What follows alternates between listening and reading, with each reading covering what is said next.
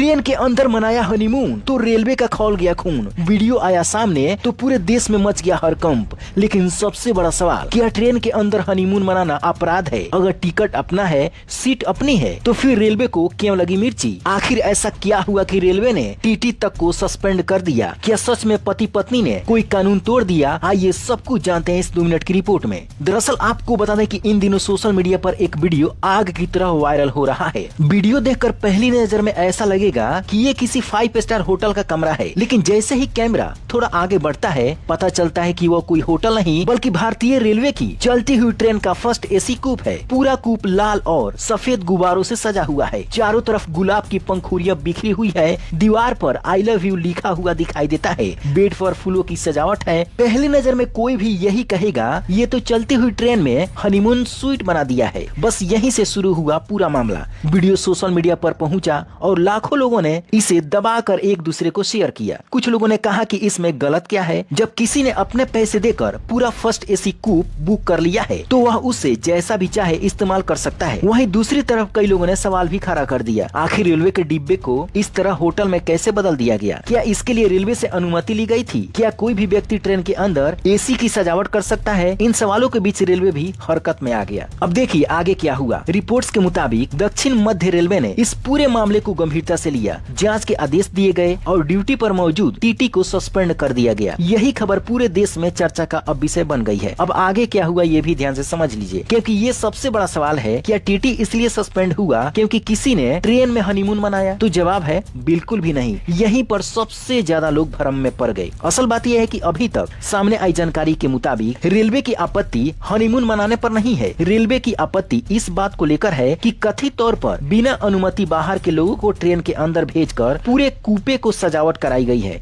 यानी कि जो बोगी उनको दिया गया था जिसमें सिर्फ 2 ही सीट होता है। आपको बता दें कि जो ट्रेन का बोगी होता है उसमें बहुत सारा सीट होता है, लेकिन जो कूप होता है उसमें सिर्फ 2 ही सीट होती है। और खासकर वो कपल के लिए ही रेलवे अक्सर कंफर्म करती है। और यही कूप पूरा सुंदर सजाया गया था। रेलवे का ऐसा मानना है कि आप अपनी सीट पर यात्रा कर सकते हैं, आप अपनी सीट को सजा भी सकते हैं। इसमें रेलवे को कोई आपत्ति नहीं है। रेलवे का कहना है कि सुरक्षा और प्रोटोकॉल का हर यात्री को ध्यान देना बहुत जरूरी होता है। यानी अगर आपका टिकट है तो आप तो यात्रा कर सकते हैं, लेकिन बाहर से किसी भी व्यक्ति को बुलाकर या फिर उसके साथ में उस बोगी को सजा नहीं सकते हैं। अब बात करते हैं कानून की। देखिए भारत में ऐसा कोई भी कानून नहीं है जिसमें लिखा हो कि पति पत्नी ट्रेन में हनीमून नहीं मना सकते हैं। अगर 2 बालिग पति पत्नी नियम के अनुसार टिकट लेकर यात्रा कर रहे हैं और उन्होंने फर्स्ट एसी का निजी कूपे बुक किया है तो साथ बैठना, बातें करना या अपना निजी समय बिताना अपने आप में अपराध नहीं है। लेकिन इसका मतलब ये बिल्कुल नहीं है कि रेलवे के नियम खत्म हो जाते हैं। मान लीजिए कि आपने पूरा कूपे बुक किया है, क्या अब आप उसमें दीवारों पर कुछ भी चिपका देंगे? बाहर के लोगों को बिना अनुमति अंदर बुला लेंगे? पूरे डिब्बों को सजाने के लिए